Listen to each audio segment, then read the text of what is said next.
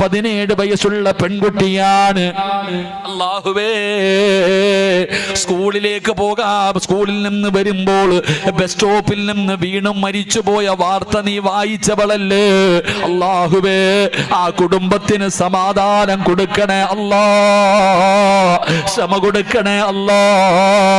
എന്റെ പ്രിയപ്പെട്ടവരെ, വാട്സപ്പിൽ ഇന്ന് ഞാനൊരു ചിത്രം കണ്ടു, ഇന്നൊരു വീഡിയോ കണ്ടു, വല്ലാത്ത ഒരു ഭയം തോന്നി.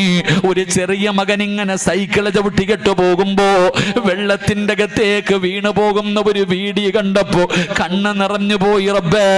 കാരണം എന്റെ പ്രിയപ്പെട്ടവരെ, പ്രായമില്ലാതെ മരണം ഇങ്ങനെ വന്നുകൊണ്ടിരിക്കുകയാ.